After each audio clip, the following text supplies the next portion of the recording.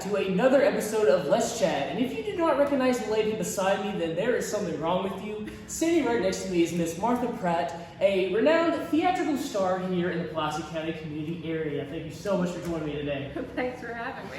So, Miss Martha, what really stands out to me in your theatrical career is just the high amount of stamina you have with acting, because I don't know if it's been like the past 2 years or more, but it seems like any flashback play I go see, you're there.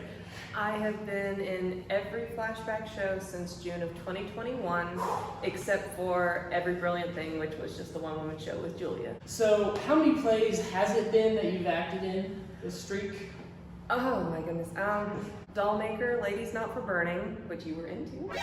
Then the 3 shows plus the Fringe show that year. So 6, summer show, and then the past 2 at Flashback, and then 1 at SCC.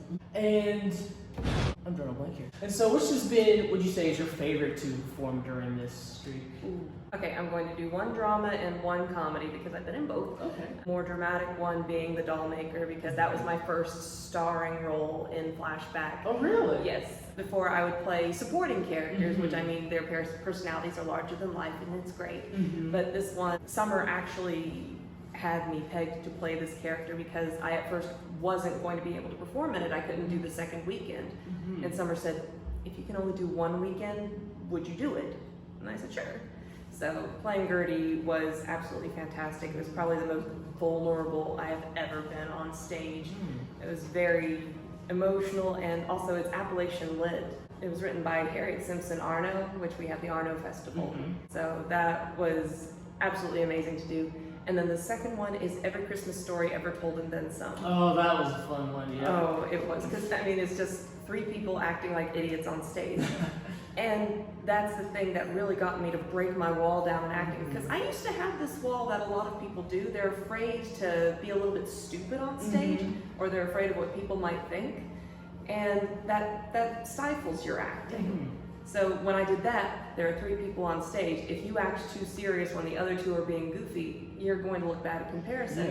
And so I just was really able to let loose, and then a lot of walls came down. Steve Kleberg, okay, so I was told this by the 2 other people that were in the room when we did an audition for the American Parade, because he was the playwright, so he sat in on the auditions.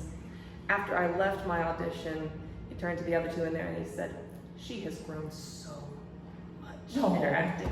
And that's like high praise coming from him. So that's a gold medal right there from the master of the masters around here, you know. Would you say you feel more closer to the comedic side or the dramatic side? It's about 50-50, because I mean, it's just a little bit of both for everything. I do think a little more towards the comedic, because I love to make up puns, and I usually do just without even thinking about it. So it's just one of those, and it just kind of helps with your spirit. So I like to think I connect more to it, but I also like to think that I can connect with the vulnerability of dramatic roles as well. Definitely, it's like a big thing, the more dramatic roles. I guess it is kind of bending either way. You kind of let the goofiness out with the comedy, and then just the emotion, the raw emotion with the drama. It's catharsis. I'm gonna have to Google that later. Could you see yourself doing kind of like improv, you know, like maybe in comedic improv, sort of? Not really. It's not really my strength. My improv strength is actually recovery. So I have this weird habit where I seem to memorize everybody else's parts besides my own. And so I know what they're about to say, and so if I'm in that same scene and they're struggling, I'm able to swoop in with that. But when it comes to improv comedy, I just kind of draw a blank. Yeah. And so the art of theater's been changing a lot. So you got like your audio dramas, your stage readings. And so you dabbled in a lot of that, right? Yes. Which of these new mediums would you say is what you feel, what that you like the most? Probably the audio.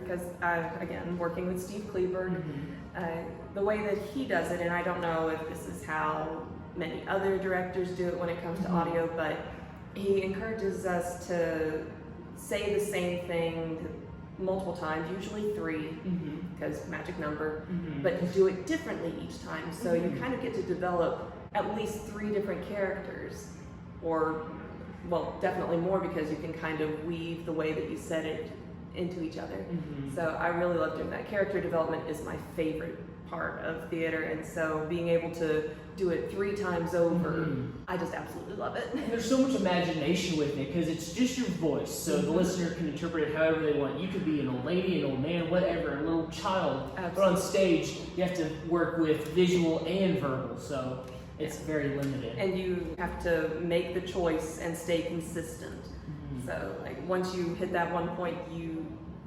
should not change. There are times where you can get inspired and then just completely go from scratch.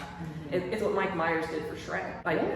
yes, they had almost completely finished his voice work, Mhm. and then he decided, because they had Shrek as Canadian and a little bit goofier, Mhm. and Mike Myers said, "I don't really like this. I want to do something else." And I mean, they were almost done, and they had already almost completed Chris Farley when he recorded, and so it was like third time, but it was the right decision. Yes, Like it it was was. annoying at the Oh my time, and it gosh. cost them a lot of money, Mhm. but it was the right decision. But that is a very rare thing. Yes, that was a huge payoff there. Yes. Oh my gosh. Speaking of how the limit of what you can play as, your most recent role in Book of Will, which love that show, probably the funniest show I've ever watched, my favorite flashback show. You played as an older gentleman.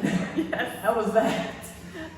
It was different because I am actually quite used to playing men on stage. Like the first time I ever did that, I was in 4th grade. Mm. But the older thing, working with makeup, that was new. But I had gotten a little bit of practice in with Steel Magnolias playing Clary. So I was able to do aging makeup, but I still looked a little too feminine for my taste, even in Book of Will.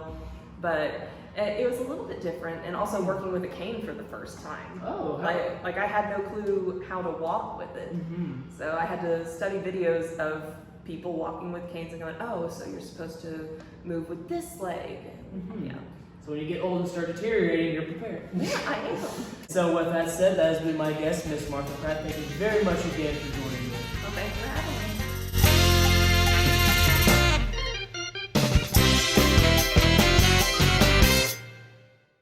It's been fun.